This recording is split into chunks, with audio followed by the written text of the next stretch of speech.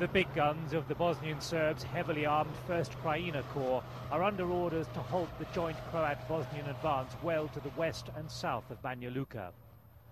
Western intelligence sources say the Krajina Corps is intact and by and large fully manned.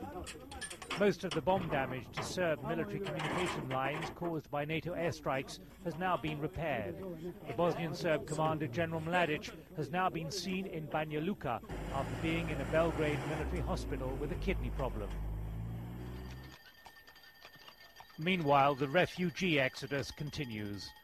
The expectation is of new and bigger clashes between the Serb troops and Croat Muslim Federation forces, even though today the confrontation line is stationary and military action has subsided.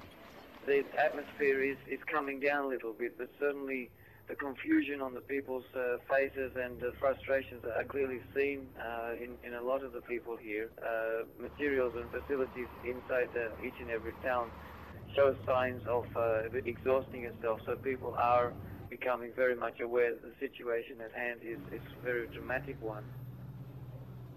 While almost 100,000 refugees demonstrate how much they fear the worst, Bosnian commanders admit their forces are overstretched, that any further military progress will be difficult.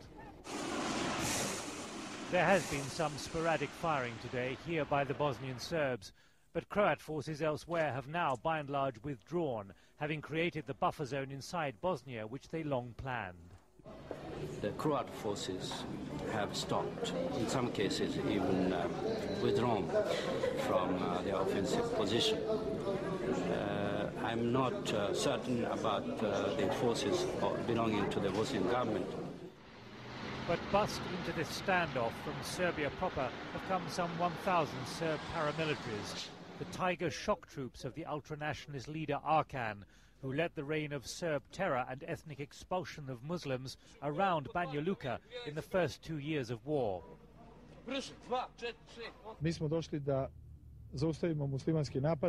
We have come to stop the Muslim offensive, declared Arkan. We will fight to the last man. 3 years ago, Arkan and his soldiers acted on the orders of Serb President Milosevic.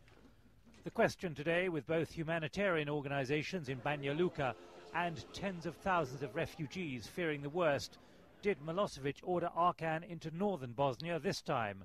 Even the Bosnian government think not. We don't think that Mr. Milosevic will intervene, even if Banja Luka does become a subject of action by army to be, quote-unquote, liberated. But Arkan seems to be on the move, 1,000 paramilitaries. Well, that is the real point. As long as you have people like Arkan and people like Mladic running around in places like Banja Luka, then you really don't have peace. There is clear evidence of Bosnian military impatience to expel these Serb forces from the Banja Luka region and to liberate its remaining Muslim population. Because at the same time, Serb expulsions continue. Here, for example, ferry loads of Croats being forced into Croatia today. Hundreds of Muslims suffering the same fate in the south around Doboj. As for Banja Luka, the Bosnian government say they want a political, not a military solution to make it multi-ethnic, including Serbs. But those who orchestrated all the horrors, like Bosnian Serb leader Radovan Karadzic, who today visited the city, must be expelled or arrested. They're responsible for terrible crimes in that area, and as long as they stay in that town, no refugees will have the opportunity to come back. You are prepared to negotiate with the Serbs on Banja Luka then? Not only are we prepared to negotiate with them, we are prepared to say that Banja Luka can stay as part of a Serb entity. We just wish to make sure that those elements that are responsible for ethnic cleansing and genocide in Banja Luka are removed. Only Sarajevo offers new hope. The airport open, a dozen aid flights a day helping to restock near empty warehouses. And several land routes through Serb territory now open.